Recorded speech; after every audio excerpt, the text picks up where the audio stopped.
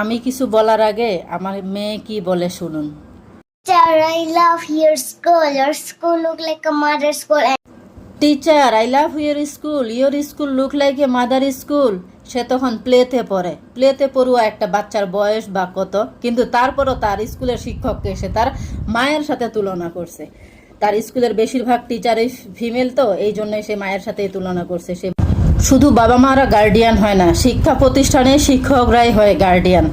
তো এইখানে আলিফ আর মাহিয়া মায়ের সাথে যেই ঘটনাটা ঘটছে, এই ঘটনাটার সিসিটিভি ফুটেজ পাবলিশ করার কি দরকার ছিল? একজন বাবা মা কি এই ঘটনাগুলো পাবলিশ করতো? কখনোই তো একজন বাবা মা পাবলিশ করতো না। শিক্ষকরাও তো তারা গার্ডিয়ান, তাদের সন্তান, তো তাদের সন্তানের ভিডিওগুলো কেন পাবলিশ করলো?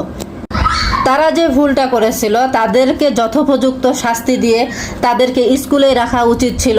তাদের তো ভবিষ্যৎ সুন্দর জীবনটা নষ্ট করে দিতে দেওয়া উচিত ছিল না। এটা তো কোনো বাবা মা চায় না, কোনো সন্তানের ভবিষ্যৎ নষ্ট করে দেওয়া।